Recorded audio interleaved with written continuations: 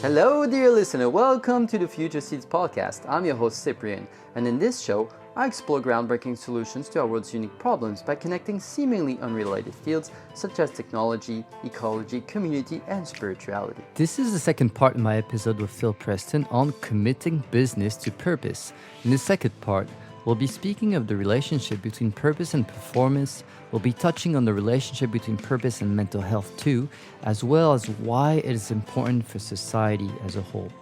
And as usual, we'll conclude this episode with a beautiful message of hope from our guest.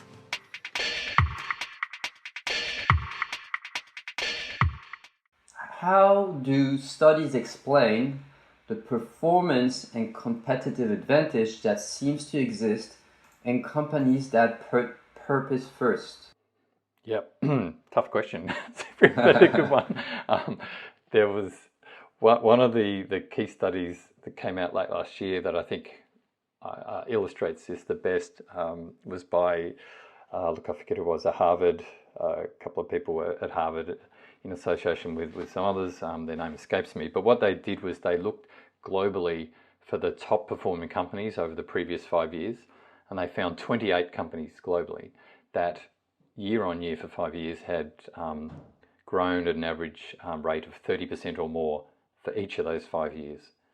So they said, okay, this is a cohort of the really high growth companies globally, and they tried to look at what were the common features underlying that growth or that performance. And what they found was that purpose was central, was the common feature underlying that spectacular growth rate. And it's not so much, purpose is about what you choose to do, but it also is helping companies avoid things that don't make sense as well. And you're seeing... Like? Yeah, sorry? Like?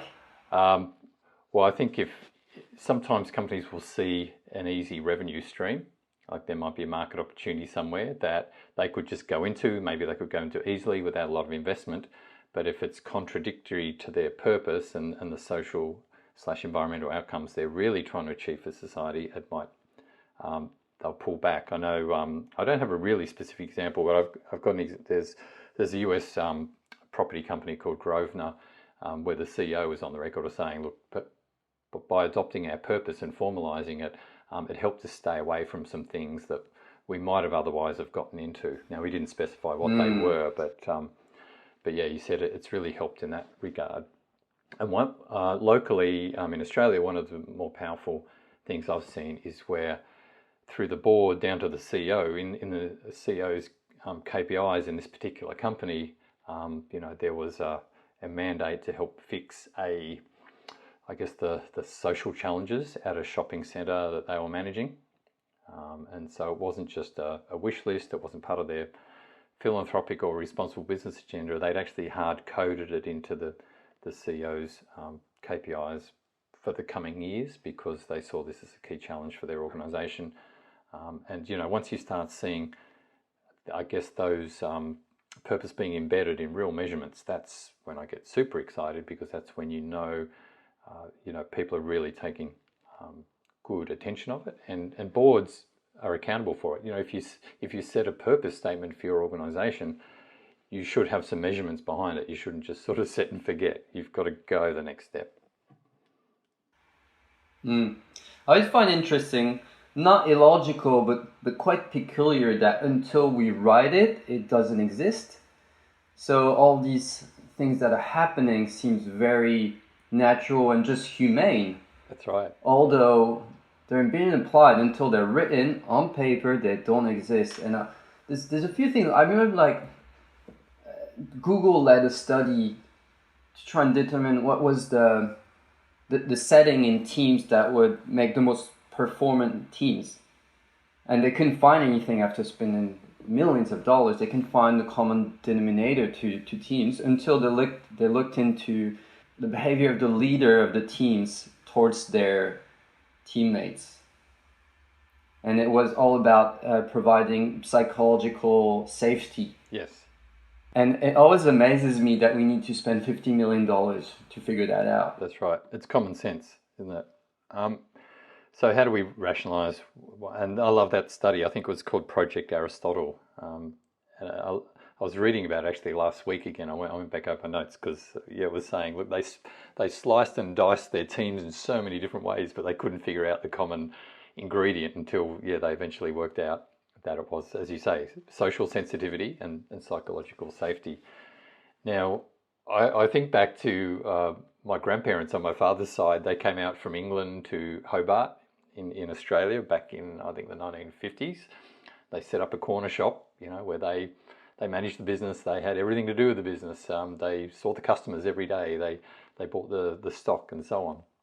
So they had that direct engagement with their customer base. Now you contrast that to a company, like Nestle or Unilever or someone where the executives sitting in their offices are so far removed from what's going on the ground every day. Now some executives are good at walking the talk, but they've got to satisfy demands of shareholders who are just thirsty for better performance. They've got a whole lot of other things going on. They've got people within their organisation that they've incentivized with hitting sales targets and doing a whole range of things. So it's not perhaps surprising once you get into those big structures, we end up with perverse incentives. And you probably don't have to look too much further past the Australian banks who are charging deceased customers fees and deliberately forging documents and all those sorts of things because people stood to make personal gains from it. But it's not. I watched the Wells Fargo scandal yesterday. Oh, okay. I don't know if you've seen that one. I do remember reading about it. It's on Netflix at the moment. Yeah. It's quite impressive. Yeah. Opening bank accounts for people's dogs and then getting sued because they're not paying the fees and etc. If only we could harness that creativity for good, right?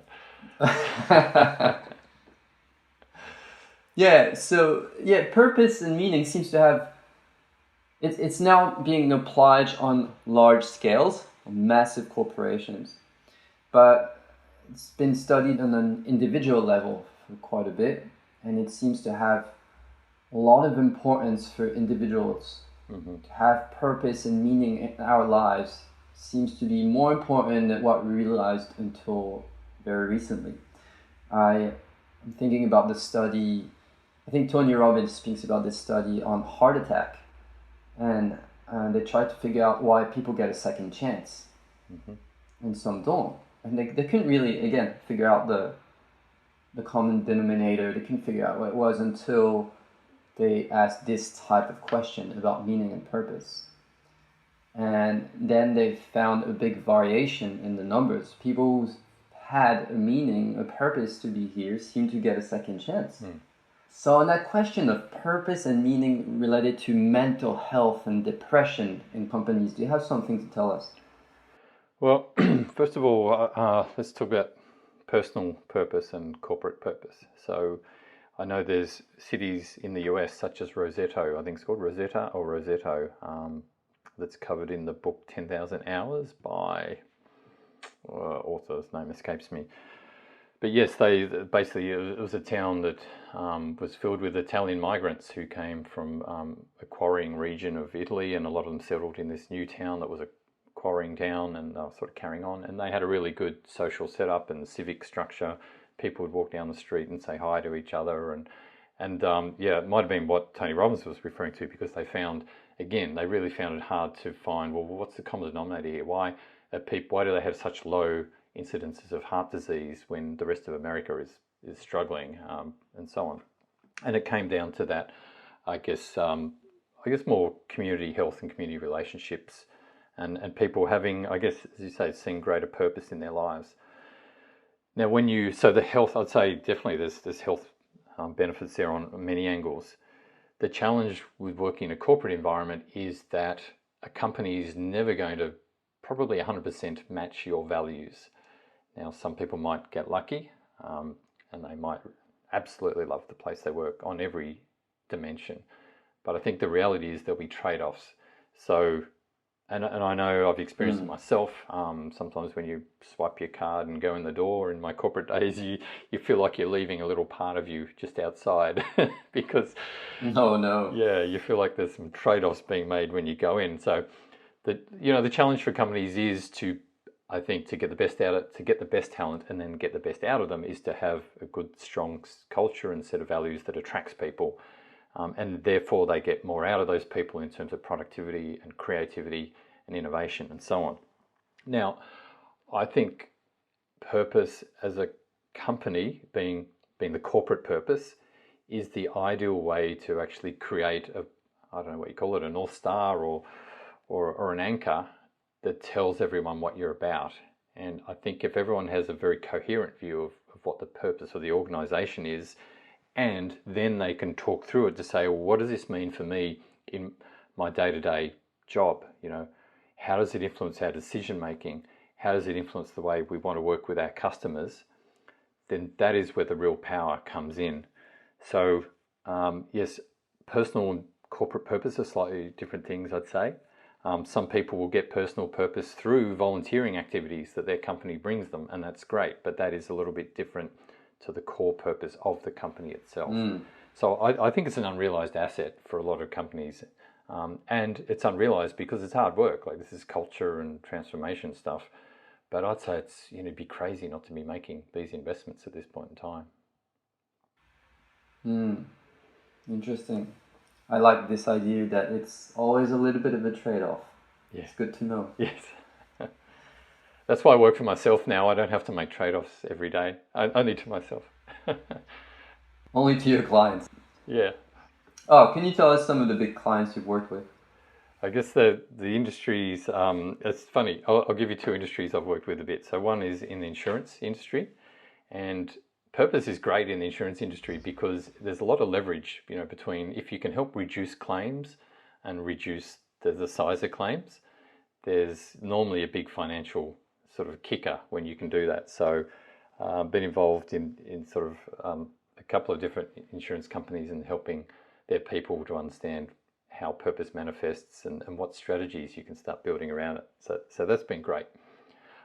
Another area which I've actually helped government coordinate a range of players, being government agencies, not-for-profits and businesses, is in some regional parts of Australia. And for some reason, I don't know why, it's abattoir operations have often been at the centre of this, a lot of these projects. So one of the big issues in many parts of Australia is that abattoir operators struggle to get a workforce, a local workforce, because a lot of people have not the greatest view of going to work in sort of abattoir environment and killing animals, and therefore they get once they get people in, there's very high turnover, and then they have to look for alternative sources of employment. So it's a very costly exercise for them. So if you can help develop the local workforce and bring people into that industry who might be, I guess, on the fringes in terms of being able to hold down a job, a steady job, but they're looking for entry-level work, then there's a really big win-win on the table there, because it helps reduce turnover rates. They get good employees. So the challenge in that environment is to help the company understand that this is a financial equation to you. You don't just put up a banner at the local fair and everyone thinks you're great and wants to come and work for you.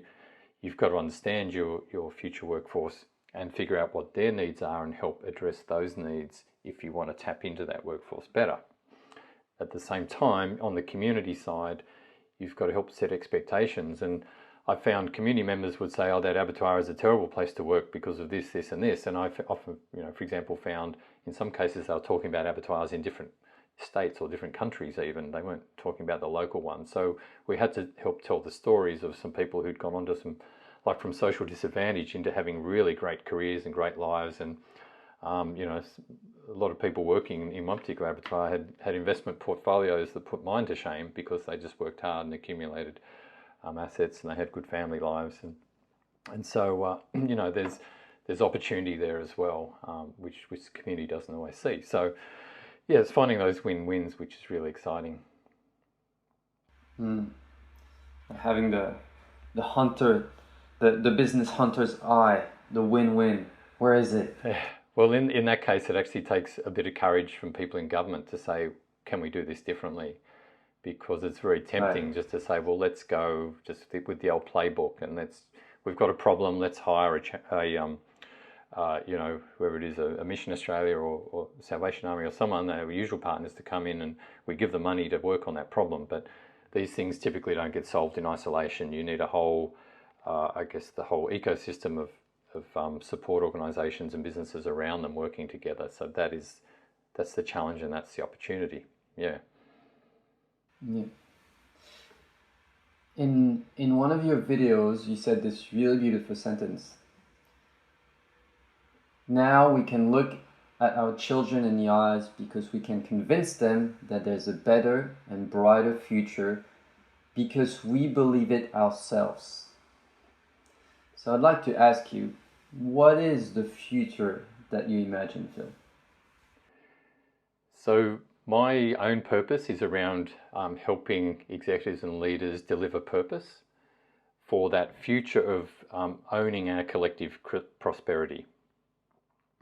So collective prosperity meaning that we're all involved in that collective, great place, economically, environmentally, and socially. So that's what I see as the best outcome, that everyone is engaged in owning that future. Now, just to come back to the reason I put that line in the talk is because I've seen and heard a lot of ideas about how we change the world for the better. And to be honest, a lot of those ideas, look, in a perfect world would be great, but they're not going to happen in our lifetime. They're just a little bit too far away from where we are now to actually occur within 5, 10, even 50 years. So we don't have that long to wait.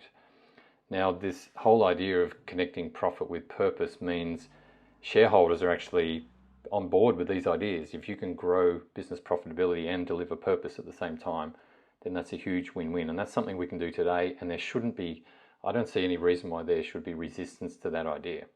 And we can actually do it by getting examples out there and people understanding, how do we do this? And therefore we can replicate it better. So that's my goal, is to help inform and help people understand so they're empowered to go and do it. And that means, we don't sit down talking to I talk to my kids who are grown up now, but, I struggle to say to them, look, everything's going to be fine in your future, because it's not. The facts are saying otherwise. But now if we have some solutions that we know can work, that they're feasible, then I do have confidence. We are delivering that how piece. It's still our choice whether we choose to go there, and collectively we want to take ownership of that and achieve it. But I think, quite often that gap looks too large, but I believe we can bridge it. Another beautiful sentence you said wasn't yours, you were quoting, but you said, when it comes to the future, there are 3 types of people: those who let it happen, those who make it happen, and those who wonder what happened. Yeah, I attribute that to John M. Richardson Jr., which I hadn't heard of, but he said that originally. A lot of people use it in different forms. I think it's great, because if you want to be part of this from a business owner's perspective, you won't be part of it just by sitting in your office waiting for someone to knock on your door. You've got to go out there and find it. By the same token, I would argue if you don't go out there and find it, you run the risk that your business will not be relevant in the next 1, 2, 3, 5 years. So I don't think this is optional anymore. You've got to make it happen, not watch it happen or wonder what happened. We're reaching the end of this interview. Phil, it's been a pleasure to discuss purpose with you. I have one last query. Okay. At the end of every Future Seed interview, I do this. I ask my speaker, the whole world is listening to you. You have 1 minute to deliver your message, what you would like people to know about what you do. Okay. Well, the only way we're going to fix the problems that we're facing now, and they're extremely serious, as we know: climate change, environmental degradation, habitat destruction, and everything else going on, is with us all working together pretty collectively and pretty hard. So that's businesses, government, not-for-profits, all working together. So my goal is, as I said, my purpose is to empower leaders to be able to do that and really drive that better future, because it's not one or the other. I think we've come from a background of saying it's either business or it's society. It's both, and it has to be both. It's not an either or, it's both. So we've got to be a little bit smarter about how we do this, but the great news is we can do it, and we can do it today. So come on board.